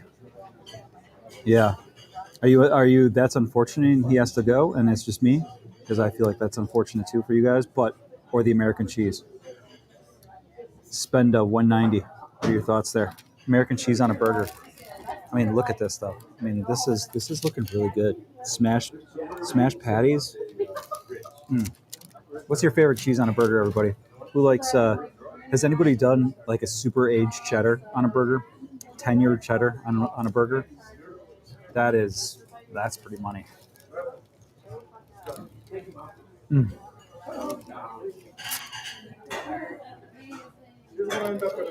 That's a good burger. Wow. Who's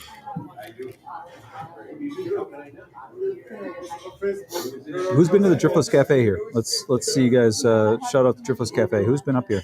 What did you get when you came up here? Ooh, smoked Gouda. That is a good one. Hey, we're planning on. We want to go visit Marika's Gouda this season. If you haven't tried Marika's Gouda, so good. Oh, he's back. You guys talking about me? Are y'all talking about me? Is that what's happening here? I can only imagine what Arthur just said about me on camera. Did you throw me out of the bus? No. Okay, thanks, buddy. I never do that. Where are we at? Well, that's unfortunate. Yeah, sometimes technical difficulties are unfortunate. I'm still not sure what that unfortunate is about. The technical difficulties, the American cheese, or you leaving. Seriously. But Spenda does like the smoked Gouda, and I was talking a little bit about Marika's Gouda, like the best Gouda. It is. It is the best Gouda. You know, here's an interesting one. I was talking to a chef friend of mine in Madison the other day, Patrick O'Halloran, the former owner of Lombardino's and the owner of the Deliciouser, a spice blending company in the city. And we were talking about, the domain and dominion of food, and Patrick, spent a lot of his career articulating Italian food as if Italians lived in the upper Midwest. One of the cheeses that came up was Sartori Cervecchio.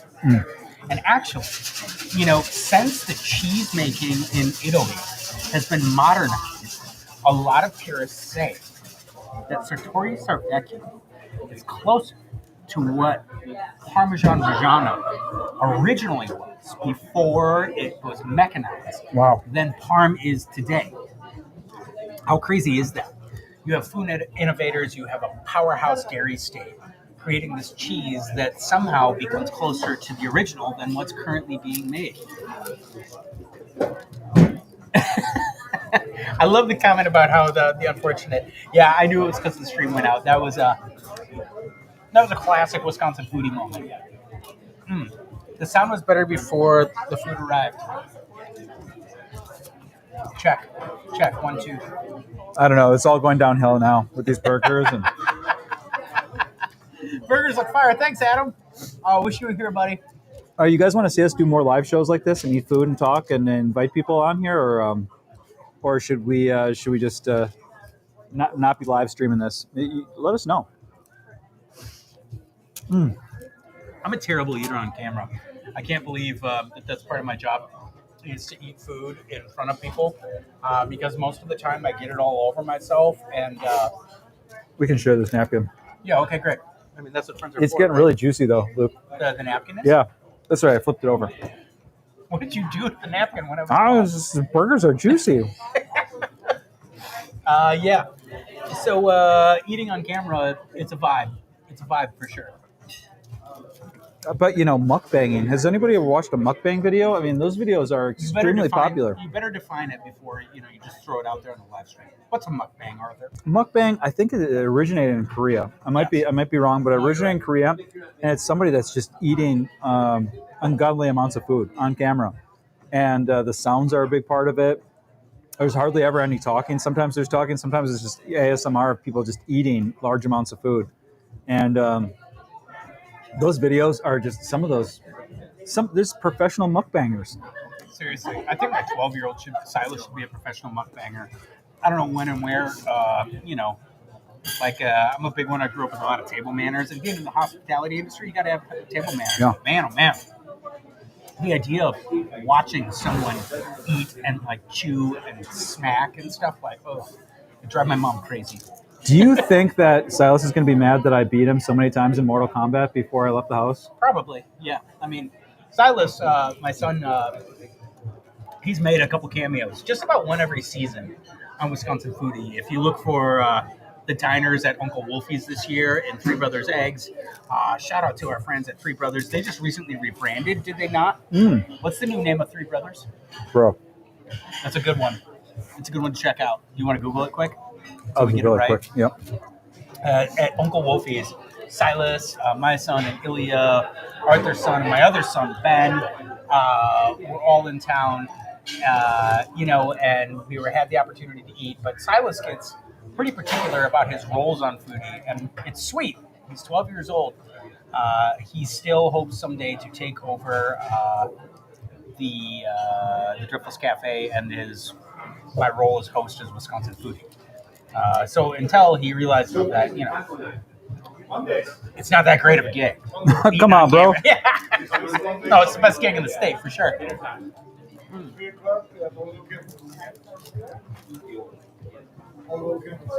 Let's see. I'd suggest getting the video title updated to be something compelling. Go from your browser and set the code lifetime well in advance for the notification purposes. It's a great idea. Great idea. Absolutely. Do more live shows. They're fun. My goodness. I don't even have to break out my dad jokes, but I will. Just for you. Arthur. Hold on. No, wait. Once we get going in the dad jokes, it can't be stopped. Oh, yeah. Look at this.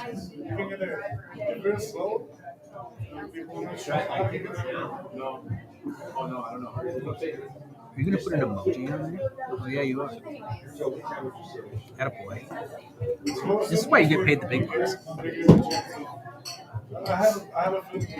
Oh, yeah. Go live from your browser. Look at us. Learning on the fly. Thanks for hanging in there, folks. Yeah. Going back to Three Brothers here. Just give me a minute. Prairie Gold. Prairie Gold. Prairie Gold.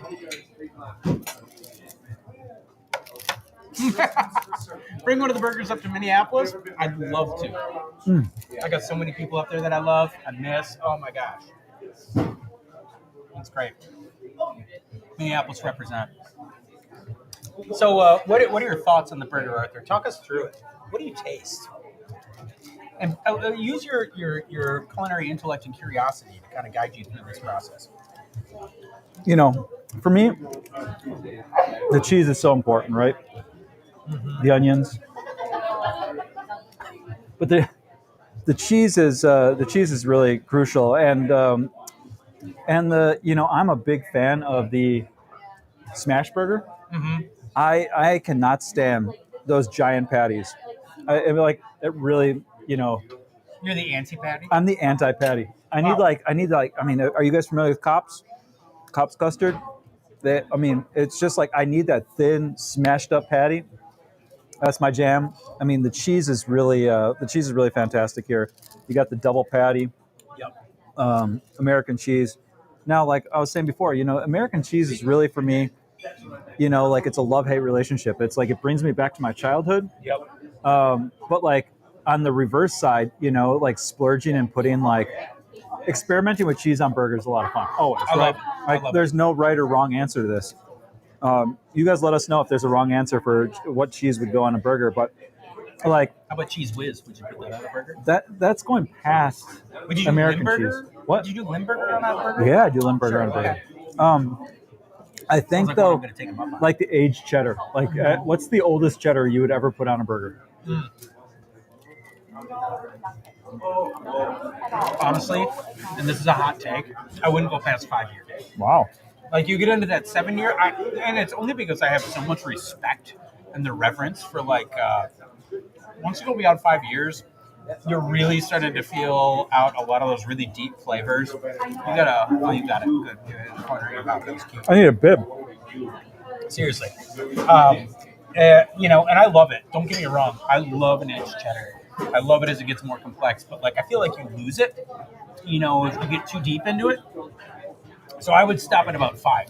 I could be persuaded to go, even deeper. But like the complexity, the complex notes of an aged cheddar, really are worth savoring all on their own, in my opinion. Yeah. How about you? What's the oldest you've got? Would you go 20? I've not gone 20. I mean, 20 it's just, I've gone 10. 10, Maybe okay. 15. Okay. That's very adventurous of you. I mean, I'm that kind of guy. Yeah, you are. So you can't think of a cheese that you wouldn't put on a burger. Yeah. I mean, it's really hard. Oh, anything outside of Wisconsin, I wouldn't do. Okay, great. I love that. It's got to be in Wisconsin. Do you find that obviously, we both have a tremendous amount of allegiance to the cheese producers and the farmers and the agricultural community of Wisconsin. But I try and keep an open mind and not let that dictate the only thing that I look for when I try these foods. Is there another place that you look to? I mean, it's kind of impossible, isn't it? It's like when you produce some of the best things on the planet right here. I think sometimes, what I find sort of adventurous is European cheeses, right? If I were going to eat another cheese outside of Wisconsin, and I'm serious, I'm pretty particular. Like I'm like conditioned at this point to only eat Wisconsin cheese because we just have so many amazing varieties of cheese here in Wisconsin. But to try, some of those European cheeses that just have so much history and depth to them, because the cheese caves that they're using are just, have been around for hundreds and hundreds of thousands of years or whatever. No, I meant to say hundreds, maybe thousands, but hundreds of thousands of years to get back to a cheese cave. It's crazy. The dinosaurs aged their cheese in that cave. When humanoids first walked, the first thing they did is make cheese. It's kind of one of the first foods. Yeah, no, I agree. I like those European cheeses. There's some. I actually get kind of pleasantly surprised at our neighboring states. Like every once in a while, you get a banger. Like Star Thrower was one out of Minnesota that I really liked. But it's not going to hold a spot on my menu only because I'm pretty partial to the Wisconsin product. Prairie Breeze, the Milton Prairie Breeze. That's a really good cheddar style. That was really lovely. Made in Iowa. And then we actually have a Swiss cheese right now that's produced in I think it's Faribault Swiss, which is really good. Got the real Wisconsin dairy on it, made by a master cheesemaker, but I do believe it's made in Minnesota, which is super cool. Yeah, I don't know how all that works. They tell me that it does. Do you find that Minnesota's a pretty big influence here? Sure. I mean, do you feel a connection to, we're so much in Wisconsin, but you being here in Baroque, you're so close to Minnesota. What kind of connection do you feel like you have to that state? I think that there's obviously bleed over. I remember a couple of years ago I was in a meeting and we were talking about wanting to really focus on chefs that were only from Wisconsin. I have a friend who's an indigenous chef up in Madeline Island, but at the time he was working for Sean Sherman in Minneapolis. He's part of the Red Cliff Band. And when I mentioned his name as somebody to pull in as one of these conversations, there was pushback, like, no, Minnesota. I'm like, yo, that perspective is so played out and old. Like, prior to 1848, when Wisconsin was, designated a state, we were all kind of just one group of people up here and moving around. So I don't think that there's a ton of specifically Minnesota cuisine that I identify with. The Twin Cities and South, it's very rustic, prairie, Midwestern. As you get up into the Iron Range, of course, and I would say all the tribal nations, the indigenous nations, they all have their own blueprint on what historical cuisine looks like. But I think for the most part, the agriculture, if you look over at Lanesboro, along the Zumbrota River, places like that, it kind of mirrors the Driftless region. I actually tend to look at food more in watershed size, or the watershed, quite frankly. If you're in the upper Mississippi corridor, chances are a lot of your growing conditions are going to be similar. Your soil conditions might be similar.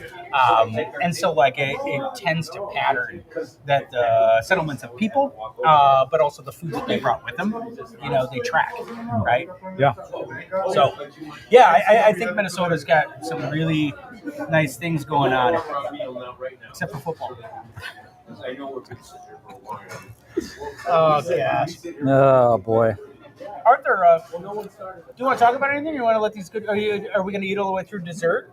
We're just. Should we get what do you recommend for dessert? Dinner date with Luke and Art. Hey, Lauren, can you talk us through what we might look for dessert? Ooh, absolutely. We do have our flourless chocolate cake, a little berry compote on there. Absolutely delicious. Our sticky date cake is probably going to be one of my favorites that we have on right now. Highly recommend that. Yep. Very dense, delicious, a Like little Arthur. sweet and salty. Absolutely like Arthur. We'll also have our classic creme brulee that we almost always offer, as well as that Cowboy David's carrot cake Awesome. to enjoy. Okay, so to recap for the folks at home, we have flourless chocolate cake, which is a staple here at the Driftless Cafe. Do the date. Yeah, the date cake for sticky sure. date cake. And a flourless. And a flourless? Yes. Yep, and then creme brulee. Yeah, it's kind of a must. Yeah, okay. I like the creme brulee. Do we do all three? Let's do all three. I think we do all. Okay, thanks so much. You can just take these fries away from me. Absolutely, I would most You certainly can't take will. my burger. We might need a refresher for a napkin too. Do that, yes. Thanks. Look at you guys always set. Thank you. And this place is great, Luke. How often do you Art. find yourself in the kitchen? In the kitchen, it kind of undulates. There are sometimes, every day, I come in, I check in. One of the things that I've aged into quite well, and Wisconsin Foodie has definitely helped me in that, is not thinking that Luke Zom is the Driftless Cafe and the Driftless Cafe is Luke Zom. Which is to say that being on the road, taping Wisconsin Foodie, and really trying to achieve a higher purpose, to lift up the farmers and food producers and the people of Wisconsin that deserve a lift, quite frankly, and trying to bring more awareness to the culture of food here and celebrate it. It's allowed me to not micromanage myself to death in the Driftless Cafe. So I have some amazing chefs that work here. Crazy enough, right now, I think the farthest traveled chef, or the chef with the farthest backstory, origin story footprint is Spring Grove, Minnesota, which is just over the border. Wow. His name is Aaron Holton. But over the 11, 12 years that we've been here, we curate a lot of cooks that grow up in this region. So the Driftless region, prior to what we know it now as this food hotspot, there's been a tremendous amount of intergenerational poverty here. It's been kind of a rough go of it. As a matter of fact, around 1830, when General Blackhawk, one of the Sauk Fox natives who went up famously the Rock River and then cut across the Madison Lakes and then crossed the Wisconsin into, this part of the world, the Driftless, this region was largely considered relatively impenetrable by European settlers because of the hills and the valleys and the thick forestation and big rivers. To take kids that are from this place and ask them to paint the menu with their perception of paint the menu with their perception of what food means here. And every single day, this menu, if you have the chance to come in, there's only one thing that you're going to see every single day, and that's our beloved organic prairie beef tenderloin steak with Driftless Organics with potatoes, sauteed kale, and demi-glace and truffle glaze. But everything else changes. So they have this opportunity to come in here to learn about sourcing, to learn about food as an act of resilience, honestly. We really try and build that in for those of us who are spending a lot of time lately feeling like a little bit destabilized, not really sure how to feel about a lot of things in America right now. Because I will admit, it doesn't matter how you vote, how you pray, how you love. It feels different. This is a different era. Knowing where your farmers are, knowing how to get that food, and making that connection, that's the basis for community. Mm. And like really indoctrinating them in that ethos. Like you are creating community by choosing to buy who we choose to buy from. You create connection when diners come in here and they're confronted with something that maybe looks like an adventure, or it feels as comforting as American cheese and a double patty cheeseburger. It's like this beautiful juxtaposition, but in reality, it's a celebration of all of us. You're almost telling a story by the food that you're making here, right? Yeah. You're not only supporting these small family farmers and food producers, you're creating this small economy, right, within itself, where folks come in here, they purchase the burger, then you buy the burger back from the farmer, and it's just this beautiful cycle. And and that's what I love about what you do here. I mean, those are the stories that we love the most, and we can make those direct connections. And I think if anything, we hope that over these past 15 years, 17 years we've been doing this, we've really showed people where their food comes from. Yeah. And we've hopefully blown people away by the stories in their own backyard. Mm-hmm. That's really all we wanted to do, is highlight those stories and make those farmers and food producers really the celebrities, really the rock stars. And I think you're a great conduit to that. Yeah. Not only on TV, but in your own restaurant where, you're putting those people front and center, right? Yeah. And that's just, St. Bridget's Meadows, those farmers there. What's the farmer's name at St. Bridget's Meadows? Well, Vince and Dawn Hunt were the founders of St. Bridget's Meadows. And so they were a very diverse interspecies farm, really great farming story. But then in the last year and a half, they divested part of the farm to a Canadian family that actually moved here to purchase part of that farm. And so it's, you love stories of people like dropping out of the 9-to-5 rat race corporate America. I also love Canadians too. Yeah, you're right, because Artie here is a dual citizen, just so you know. But like in that capacity, like you're bringing people who are very good at what they do into the U.S. and like indoctrinating that in a belief system and an ethos in the same way that I do with the cooks here. And it doesn't mean that, Vince and Dawn, the founders, don't participate in it, but like at the same time, they don't have to the same degree. And I feel like here, I come in, I say hello to my cooks every day. We're a real huggy bunch around here. It's a small town, 4,504. So we know each other. We're invested in each other's lives. After COVID, I wondered if people would ever want to come back here because it was wonky. There was a lot of stuff going on. But what we found is that people needed a sense of connection and community. And I'm telling you right now, food is the ultimate connective medium. Everybody eats. And the sooner we realize that and lean in on that, that's what we have in common. In a day and age where it seems like it's really hard to find people that you agree with, or in a day and age where parts of our personalities have become politicized and almost weaponized, right? The amount of dissonance that is incredible.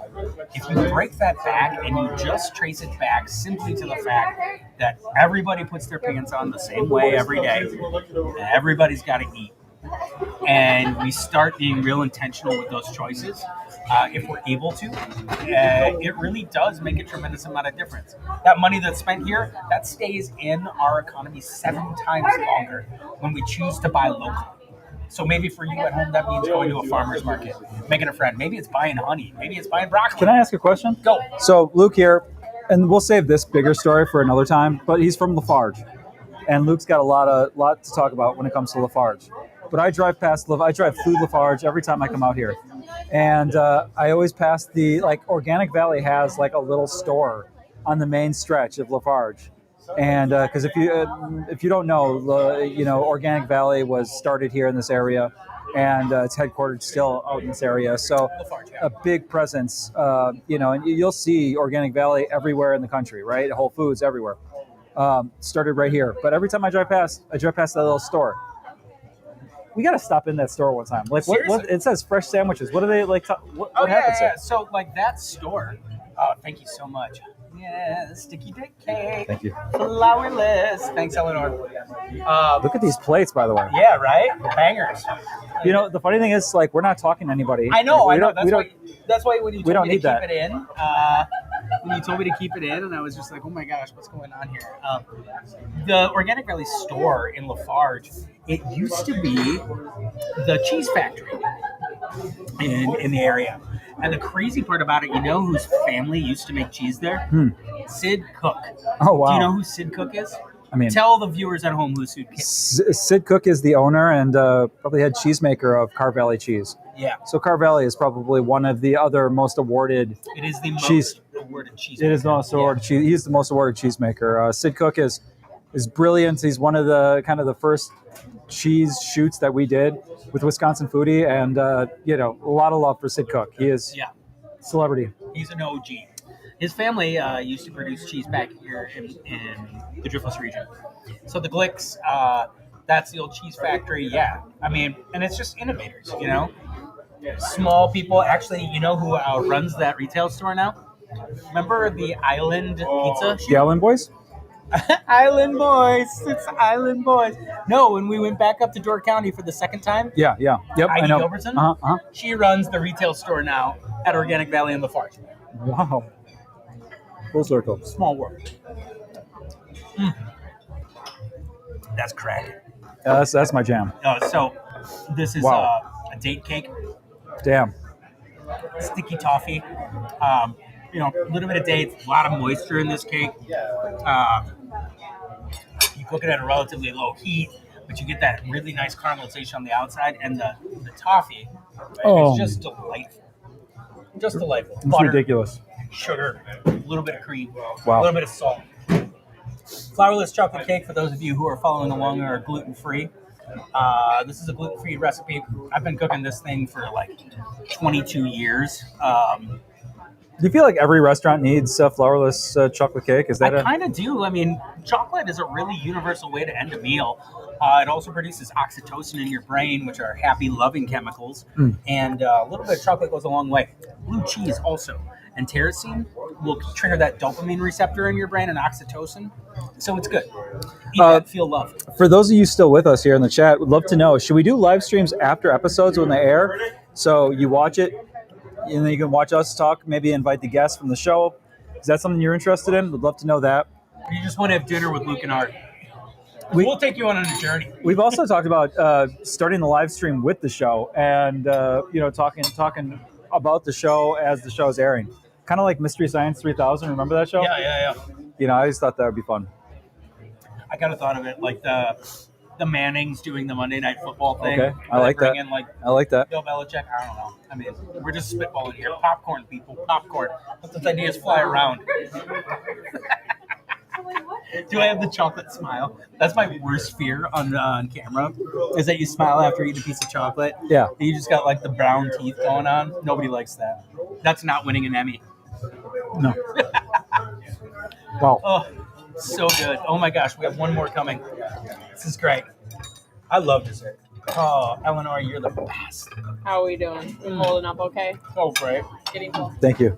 Are these the special dessert plates, or are these like reserved for dessert? Usually we use these for dessert. You want more of this? No, I'm gonna save myself for this creme brulee. So Luke, in a couple of weeks here, you are doing something really exciting, and especially you're traveling and you. Oh yeah. So I talk a lot about food, and I talk a lot about the farmers and food producers, specifically in the Upper Midwest. And I've been invited to be a panel speaker this year at South by Southwest. This one's sponsored by Food Tank, which is like a DC-based initiative, but it really is about connecting people over food. So, some of the work that I do and some of the guidance that I've received from the Center for Healthy Minds, which is part of the neuroscience department at the University of Wisconsin-Madison. Yeah. Creme brulee, you want that little tough crust. Oh, gosh, look at that. Can you see that on camera? You probably can't. So the trick to a good creme brulee, first and foremost, you want that, like, burnt shellacked crust. That's, like, the deep Maillard reaction. But then in the depths of it, can't be grainy. Got to be silky smooth. That's too much, bro. Banger. That's just unreal. I know. You know, what'd be fun is to invite a live audience, like invite folks to just come up here and hang out and eat burgers with us, and that'd be a lot of fun. Wait. Would love a live stream after to digest the episode. That's a good idea. I thought you were saying you would love to watch us digest from making this episode. They're gonna start to see that happen pretty soon, actually. I was like, I don't know what's going on here, but that's it's the internet. There's something for everybody. Oh my god! I don't care how many times I have a creme brulee. If it's a creme brulee worth its sugar, it never gets old. It's so simple, so ridiculously delicious, and simple. Yeah, that is man. That's pretty great. How much do you feel like the cafe is changed since you've become the host of Wisconsin Foodie, and you haven't had that like sort of, you probably still have a lot of influence here, but like I think your attention shifts to doing more work with us, and you have a really great crew here. Yeah. How has this restaurant changed, do you think, since that day one to now? Sure. The first 4 or 5 years of owning the cafe, I was in this joint like 80 hours a week. It was brutal. I didn't like myself very much. I didn't like how sometimes it made me feel. I have a behavioral science background from the University of Wisconsin. And so I had a window cut outside of the kitchen here where I could see the dining room.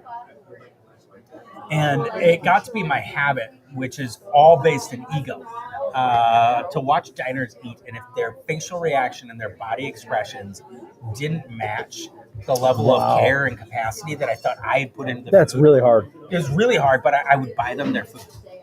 And what I was doing is I was depriving people with the opportunity to interact with a place that made them feel like this is community. Additionally, you get caught up in your own headspace like that and cycling. It's not healthy, it's not safe, and it's not fair. So starting Wisconsin Foodie, I was so lucky. About a year before I started taping with you, I got to go through a lot of really great, intense therapy. Got some mental health help. And it allowed me to expand my perspective on this place. And the food, I have a very specific style. For a period, I like to cook my dishes with 7 ingredients or less. I wanted the food to be complex and the flavors and ingredients to speak for themselves. Different chefs bring different lenses. Mary Kassman, fantastic chef, about to open Purse Lane in Milwaukee. She obviously very influenced by the Mez cuisine, Turkish cuisine, and really it was a conversation about just use my same sourcing structure, order from the same farmers. Hey, how's it going, buddy? Order from the same farmers and do what you do. So the menu here changed drastically from like super simple food that was kind of designed by Kipling Lafarge to someone who had received a lot of training. And Trevor now, Trevor's from Richland Center. He cooks with his whole heart. Food is unabashedly his love language. And so there is soul in this food that goes, beyond what normal cooks can coax out of a flavor. Yeah. And that for me is like That's perfect. That's exactly what I want them to do. This is the best iteration of a kitchen I think we've had at the cafe. There's no drama, no ego, all respect. And it's a joy to come in and be around people who take the job of making food and making other people feel seen and loved through food so seriously. It's rad. It's rad. Well, it's been great to see the.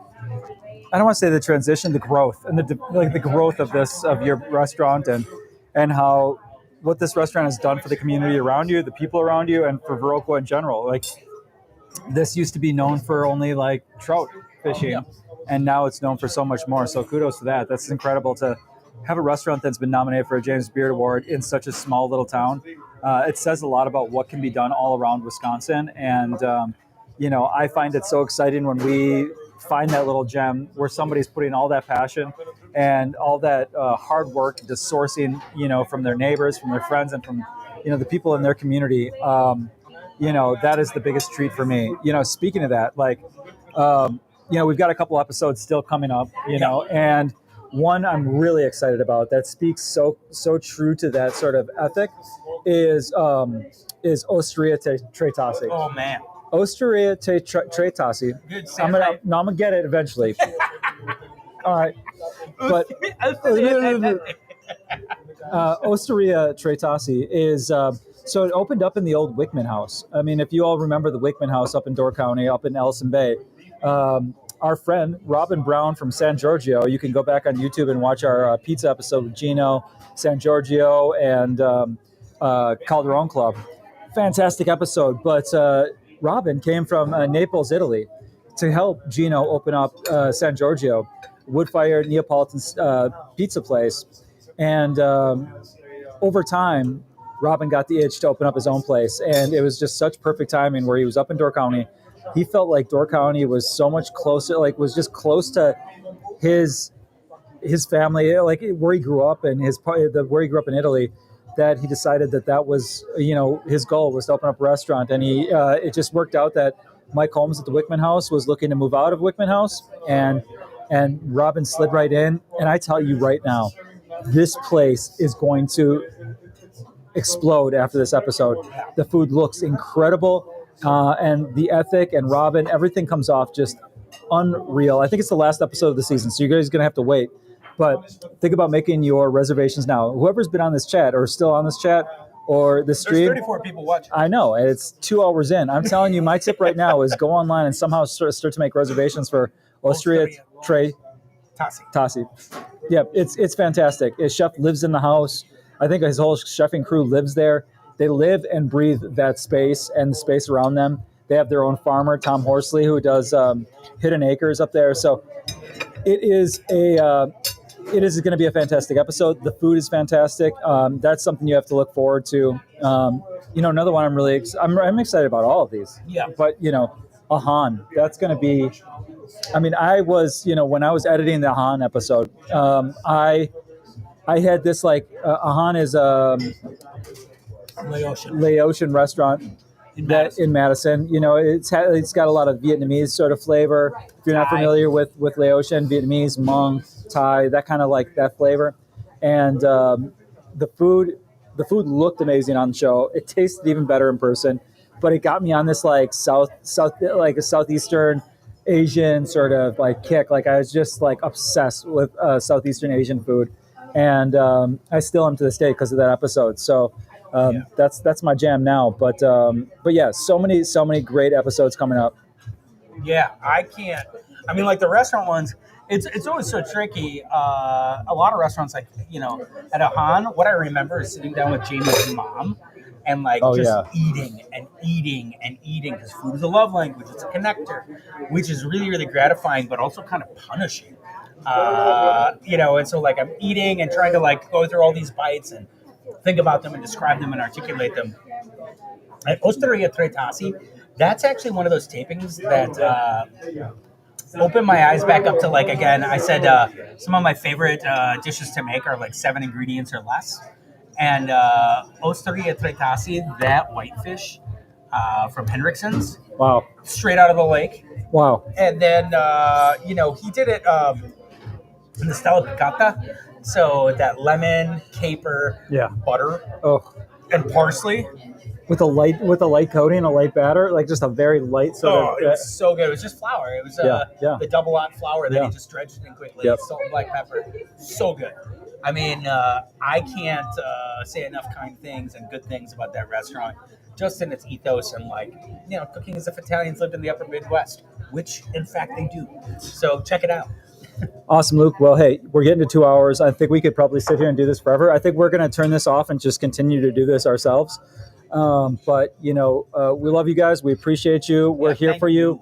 Reach out to us. Go to our website. We've got a contact form on there. Feel free to drop us a line anytime, any message. I hate to say this now because now you know the secret, but everything comes to me. So I get all the messages on Facebook, Instagram, YouTube, as well as our website. So when you're sending messages, if I haven't gotten back to you, it's my fault, not his. And, we're multiple hats here. So, I'll get back to everybody eventually. But we love your feedback. We love to know where you want us to go. It helps guide us through the season. Now's the time to do it. Send us those messages. And I think with the reaction on this live stream, you can look out for us, next week or the following week. Yeah. So I know you're off to Arizona next week. So, Yeah. we'll figure it out, guys. We'll play it by ear. But, hey, again, I love you, every one of you. And thanks for watching. And see you next time. Sounds great. Love you. Thank you.